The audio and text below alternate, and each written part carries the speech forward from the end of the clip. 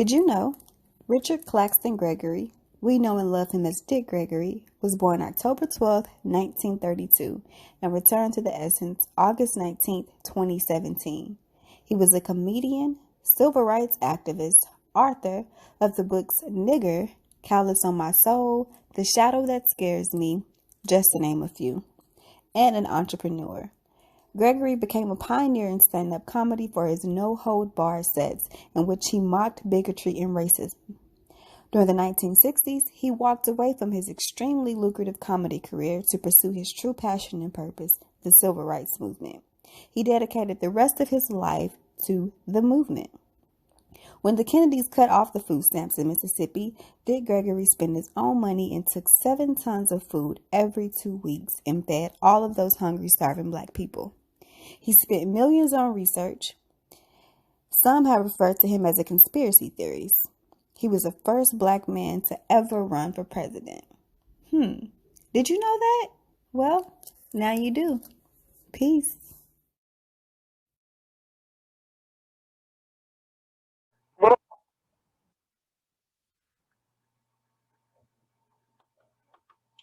Let's start it.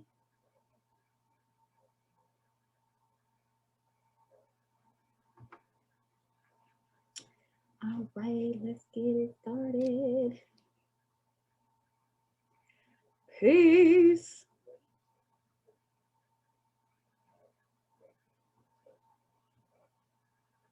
I can't hear you. Can you hear me?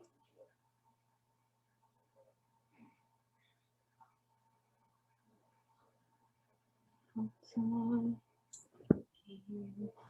There you go. Okay, there we go. Peace. How you doing? Hi. Let me change my name right quick, and then I can get you, because I can't go on with my husband's name. No problem. This is me, child. This is me. Well, while she gets that together, y'all, welcome back to another episode of My Quality is for Real. This is where I have real talks with quality people who have real purpose. And today I have a really dope person who is definitely walking in her purpose, Letisha. I know her as Tish, but we're going to be professional today. Letisha, how are you doing today? I'm good. I'm excited. Me too. I practice interviewing myself all the time, so I was just waiting. You just been waiting for somebody. Yeah. Well, again, thank you for coming. Thank you for taking time out of your day to let me get a little in your business a little bit and kind of share my platform with you. Again, like I said, I have real talks with quality people. You're definitely walking in your purpose. I'm going to let you kind of introduce yourself a little bit, give the people a little, synopsis of who you are. Well, personally, I'm a mother of 3. I homeschool. So I always say that's my full time. That's what I do most of the time. And they're real young kids. So they take up a lot of time. A lot of my attention goes there. And then when I have time to do other things, I am a director, an editor. I create content. My purpose is mostly to showcase who I am and my experiences. And through that, I'm showing my culture. And I represent being from Texas to the fullest, being from Fort Worth to the fullest. So I've done some stuff in Fort Worth, but I'm in Dallas now. So more stuff you'll see Dallas. I'm an all around Texan. However, at heart, I'm from Fort Worth. Absolutely. Yeah, my hometown. Shout out to y'all. I'll actually be home next week, at the end of next week. So I can't wait. It's been a minute. This is like the longest that I've been away from home. So do you miss Texas? I do miss Texas. And then when I come back, I'm like, okay, all right, I'm ready to go back now. Come on back home, girl. Texas is popping. But you know what is crazy? I see a lot of people posting like it's a lot of stuff that is being built and it's growing, and downtown Fort Worth is looking like wow. I don't remember downtown looking like that. Oh yeah. So yeah, that's what's up. So yeah, I want to get into a little bit how you got started in the you know, just the production, the directing. I actually had an opportunity to be in one of your projects that you directed. Shout out to my girl Cece with Kismet, the Kismet series. I can't wait for that to come out. So yeah, give me a little bit, you know, how you got started and, you know, some of your influences and all of that. Being from Fort Worth, who were some of the people that you seen and was like, okay, I want to do that? So I've always liked the idea of entertaining people, and so in church, my roots are in church, like, you know. So I danced, and I've always was in the choir. I was actually in a traveling choir at one point, and what was the other thing? I sung in the choir, I danced, and I acted in all the plays. So that was like my first look into production as far as being a talent. And then when you get older, you get more responsibility. When you take over, you know, like having a little kid church, you have to put on those kind of plays and production. So that kind of stuff, that was my beginning training of it.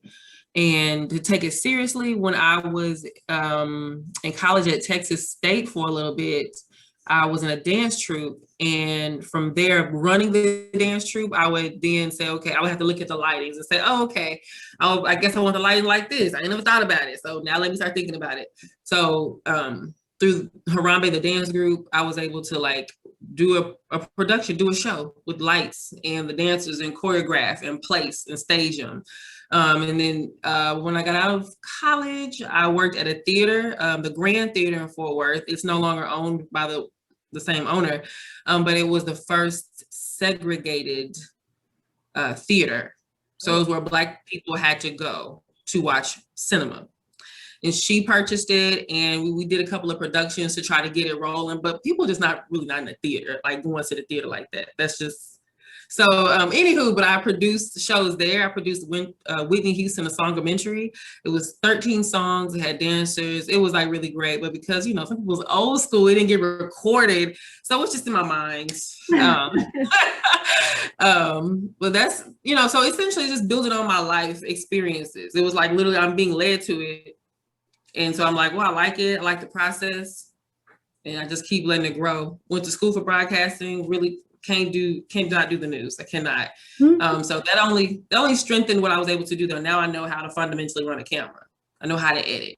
So then it just grew from there. So yeah, you like you do pretty much everything. Because a lot of people they make and direct, they make and produce, but they can't edit. So you're just a one-stop shop, if you will. You know how to do all of that. Yes, and not by choice. It ain't by choice. I have to get it done.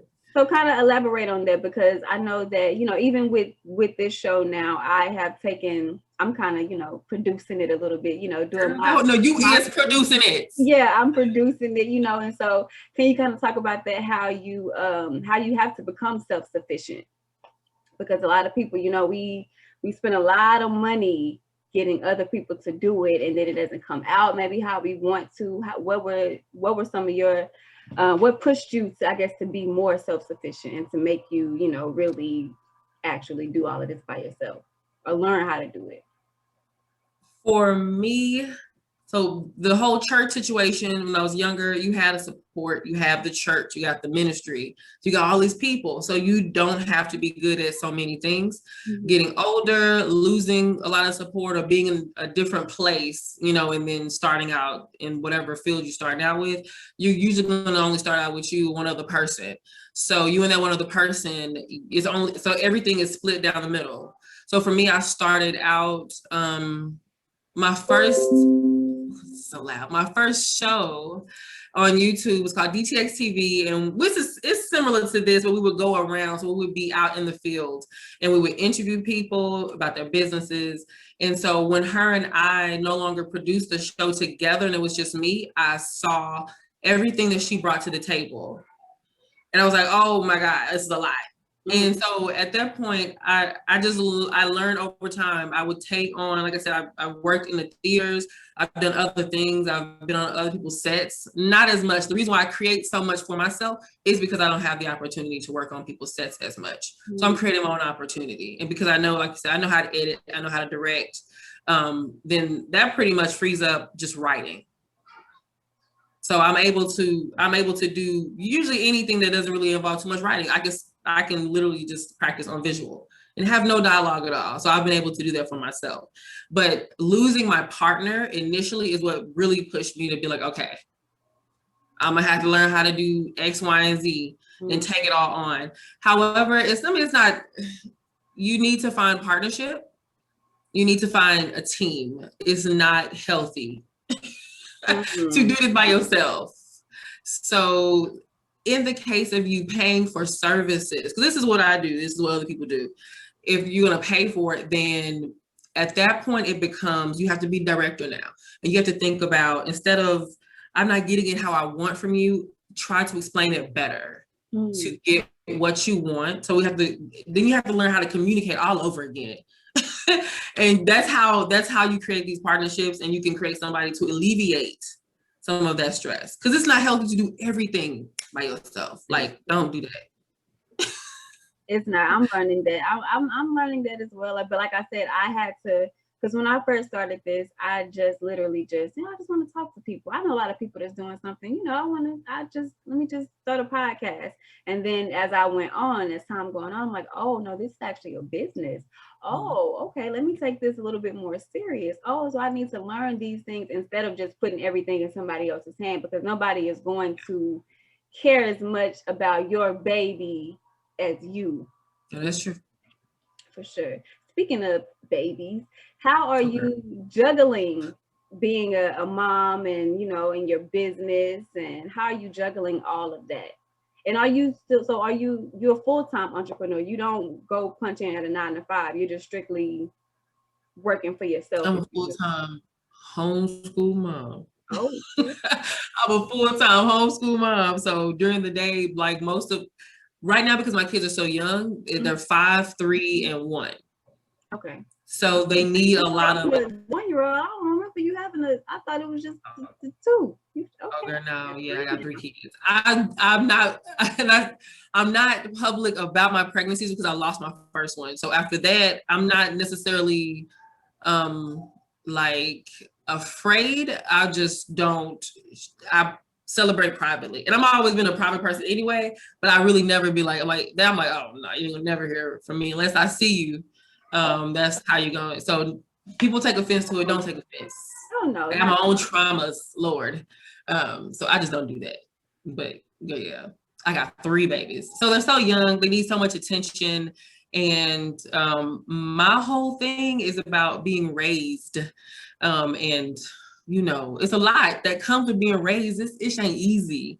So for me, my way is homeschool. Then you go to charter school, private school, or whatever. But I want to give my kids the foundation of things that I necessarily didn't have. So when they view the world, they view it, I feel better than say I did growing up. That take a lot of work, take all day. So then at night I punch in and I edit and I do whatever project I need to do. They're my pipeline. Okay, that's dope. I like that. Especially how you said being raised, because a lot of it's crazy out here. We having a bonnet debate, so of course. It's definitely crazy out there. So with you creating content, are you, how do I word it? You're basically making content so that way your kids can be able to see, because there's a lot of trash out there. It's a lot of trash, but I guess it's a balance. You have to, have a balance of the ratchet and righteousness, if you will. Yes. What are some of your favorite projects that you were able to work on? Every year I do Music Month. I first started out calling it like it was called Black Music Month, but I don't like to other myself, child. If I'm speaking to me, okay. Hey you, okay. So I just call it Music Month. I rebel in everything I do, but every fight with me is not like, I'm not yelling. I fight different. So I do Music Month every June because I feel it's important and music is important. So that is always a favorite thing for me to think about and think about how to do it and try to get creative, because I have tiers of budgets and that's always on the budget of I'm shooting it. So I have to, you know, how creative can I get this with no budget, and who can I get? What can I do? So that's really fun. But Kismet so far has been the funnest. It's been the biggest project that I've had to date, which is why it's taking as long as it's taken. So I used to feel bad about it. I think like the first year I felt bad. The second year I was like, "Girl, you better shut your mouth. This is a lot. This is 16 episodes. You better go somewhere." And I'm doing all the post production, so I don't feel bad about it at all. I've edited that series at least 3 times. Okay. So I've had to make some hard executive decisions. I've had to cut episodes. And I'm just like, at this point, because I cannot create quantity, I have to create quality. And because I'm studying, so like when I take a break from editing, I may edit for 6 months straight, and I may take a month break because I'm burnt out from looking at it so much. I watch I just watched Greenleaf. I had never watched Greenleaf. I was like, oh my God, this is the best thing ever. Like, why nobody tell me about Greenleaf? It's amazing. What else? I watched I May Destroy You. Like I watched Lovecraft's Count. Like I got to catch up, and then I read I'm reading Octavia Butler. I'm binge reading all of her books. Okay. And I'm on her last series, and I just finished her first book of that series on my birthday. I was like, oh, accomplishment. So I get to, you know, wander off of my mind, then come back and say, okay, that didn't make sense. I can look at it with a completely different perspective. Oh, what was you doing? No, don't do this. Put that here.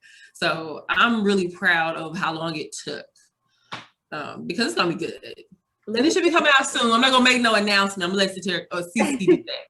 I'm gonna let CC do that. Let me just say that with that being my first experience in anything like that, well, you know, I did like you got started in church. I was, you know, married for all them years. I had, you know, the best Mary, if you will. But no, let me just say that being that my first experience, in the way that she set everything up, that was like the dopest experience. And this show right here, I probably have interviewed, like, just from that particular, and then the way that she set it up, I think that was dope. It was a great way for us to network and to, you know, to meet different people and creatives. And so just from this show alone, I probably have interviewed or I probably have made a lot of connections just from that one project. So yes. I'm excited. And, you know, whenever I could just say that, you know, I was a part of something great, you know. Yes. It was my first experience going through the whole casting, and, you know, just being on set and actually seeing like, oh, this is a lot of work. Yes. This is a lot of work. What are some misconceptions that people may think, like if anybody out there who may, you know, be interested in being a director or being a writer or producer or being in that whole realm, what are some misconceptions and what are some things that you think that people should know going into it? You have to make decisions. Like, you can't really be on the fence about things. You have to know what you want or you don't know, and then you leave that up to be interpreted to someone else who lends their help or you paid for it. But you have to know everything. Like, you have to know, you have to be like, okay, what's the theme for this? Okay, yes. What does this person act like? Okay, out of the 55 characters, I'm supposed to know what this person, how will this person react so that I can properly, and then I have to verbalize what I'm seeing. I'm a very visual person. So for me, now that I'm into writing, I visualize events first, then I write it down and make it make sense from what I saw. So for me, I have to think twice about how am I going to verbalize this to this person so they understand what I'm saying. So I can look back at Kismet and I'm like, ooh, I didn't say that right. Ooh, no, she's not giving me what I need because I didn't tell her what she needs to do properly. So you have to be able to greatly communicate. You have to see what you want. You need to know what you want. Sometimes you have to make executive decisions, which, you know, is hard because it's like when Tyra Banks has to sit up there and cut people. Now, after season 2, she probably like, I don't give a damn, but cut. Right. However, the first time it was kind of like to make cuts and not call everyone back, even though everybody was welcome for extras. But to even shoot everything and know how long it took, and then I cut scenes, I cut episodes, because I'm like, unfortunately, it doesn't go with the pace. You know what I mean? So like, there's just really, really hard decisions that you have to make, and you have to be over so many personalities. When you do things that big, you have to be over so many different personalities, and you have to know how to navigate through it. and navigating. And I'm navigating. And relationships is a big thing between all pre-production, production, post-production. Relationship is a big deal. You have to know how to talk to people. You have to know how to mend and get over stuff, because you're going to offend somebody when you're shooting 12 hours. I'm going to offend you. It is what it is. Yeah. And we have to know how to deal with that. So now, you know what I mean? It's just like, work stuff, but people don't treat it like work, because, it's like, I can be a little extra because this ain't work. And it's like, okay, guys, let's treat this like this Bank of America, and we're on the floor in the call center. Okay, would you cuss me? Would you be doing that? So you have to remind people of their job, and when there's no budget and you're not paying people, I'm just like, I know my time is coming when I have a budget. Oh, you won't be here. I'm gonna hire out. So just all of that. I don't feel bad about it no more though. I've been doing this over 10 years. I don't feel bad about it. I mean, I don't feel bad about everything. Mm-hmm. So I'm like, so I had to learn too, a lot of opportunities don't come with a paycheck. A lot of opportunities, some of the biggest opportunities is just to be able to be in the room. That can just give you so much more than any money, you know what I'm saying? And so that particular, like I said, that being my first, and that was just me just going out on a limb. That's something that I always wanted to do, but believe it or not, I'm real shy and kind of reserved, and I believe it. Believe it or not, Yes, I am. So besides, can I tell you this one thing?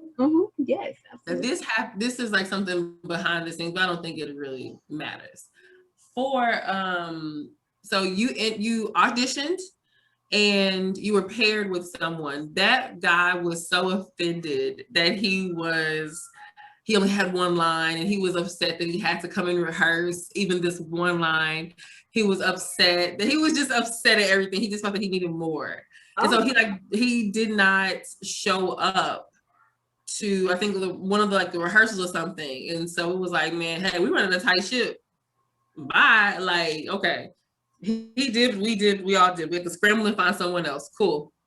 This is actually the first night of shooting, which was horrible. We were there so long. We were just really shitty chattery. I was just so happy to be out the house. I apologize, I'm a mom. That was the one night I was a mom and I was a director second, because I was just happy to be out around humans that were like old. However, so we replaced him, and then I was like, oh, okay, well, we can use you to shoot, or I'm sorry, I'm like giving away plots and shit. We can use you in another episode. And that's how you got there, was because this guy was supposed to do that, because he was so upset. He just felt he didn't deserve. And then it was just like, just because you were pleasant and like you said, well, this is an opportunity. I don't care. What you want me to do? Stand back here and hold pizza? You were happy to do so. And so it was like, okay, well, come on, girl. You're going to be a really important piece. Even like it was important. And it was just like, look, having a pleasant attitude and an outlook, like, it goes a long way. And people don't understand that. Because I don't think you knew that either. So like, it's like, look, she got no big shot.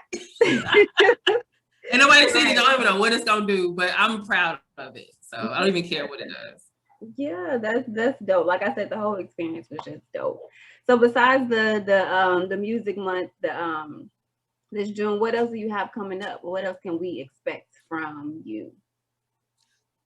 Kismet season 1. We split up in 2 seasons. Okay. Kismet season 1. And writing. I'm speaking about collaborating with other artists so that I'm not having to produce. I'm able to participate. Okay. But in the capacity of directing and not having to produce, not having to edit, I can direct, go home, not worry about nothing else. That's the life. And so I'm talking to other people about doing that and helping them out with their projects. Right now, my biggest goal, I have 3 projects that I have in mind. 3 or 2. I don't know. We'll see. 3 or 2 projects that I have in mind. And so I want to stretch out my network and meet more people on the production side.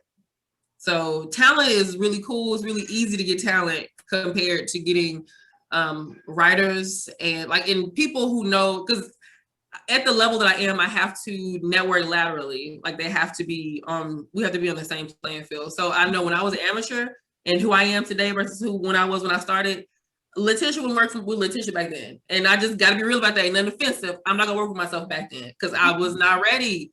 I would have failed miserably. So I'm looking to work with people who, invest in themselves, do what they're supposed to do. It's okay.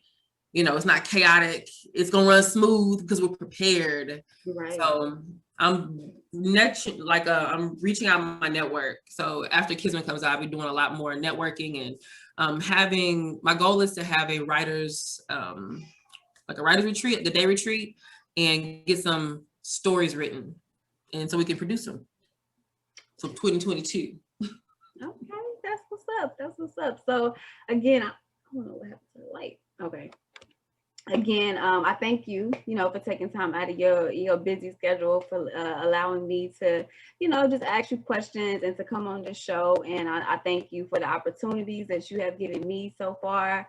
Again, I want this whole platform is to be able to give people I don't know what's going on with the light. It's got dark in here, but oh well. To give people blackouts. Yeah, I guess so.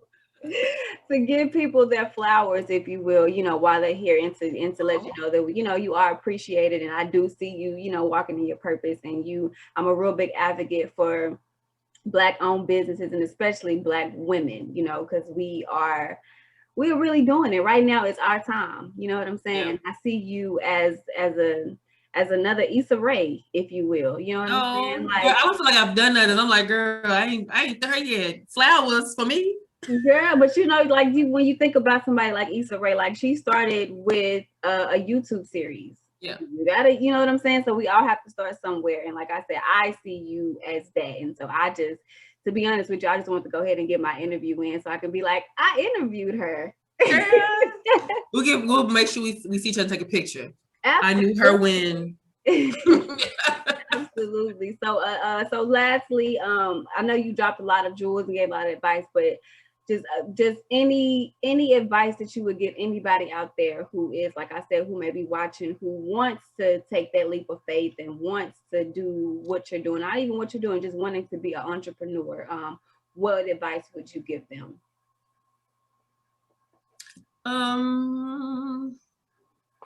So the process is not easy, and it's a process.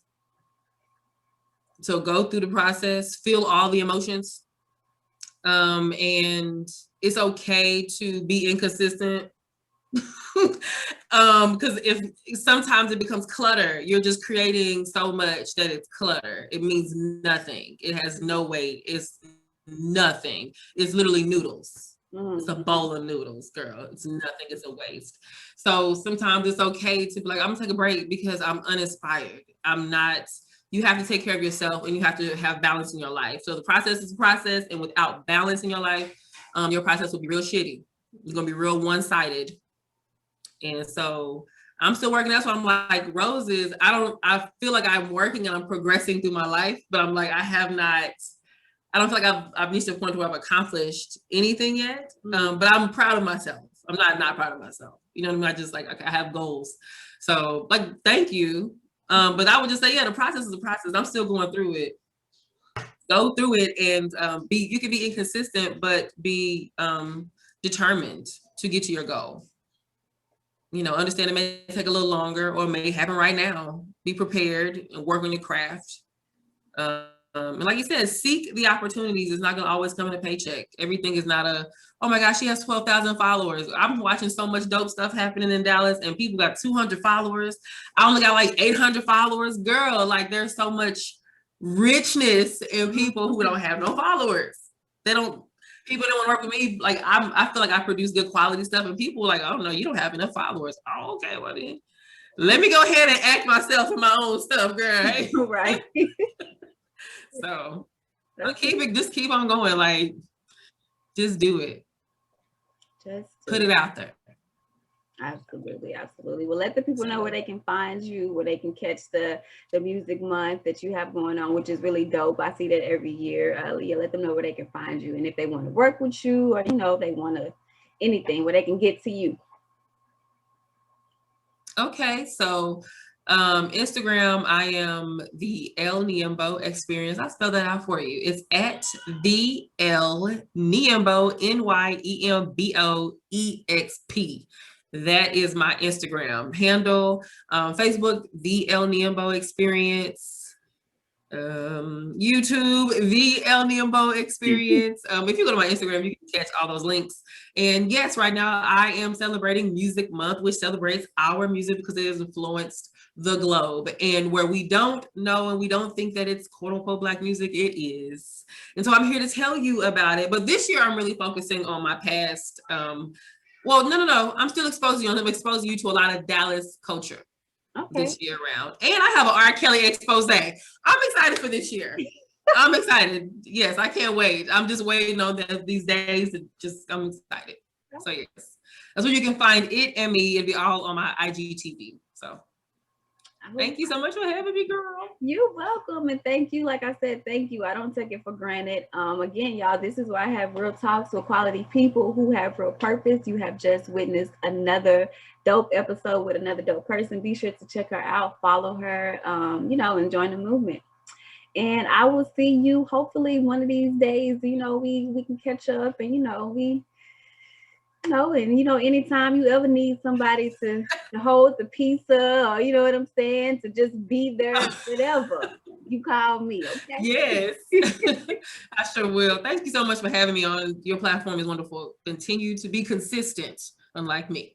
I'm consistently inconsistent, but you'll get something. Thank you. You enjoy your day, and I will see you later. I will talk to you later. All right, thank you. Bye. Bye-bye.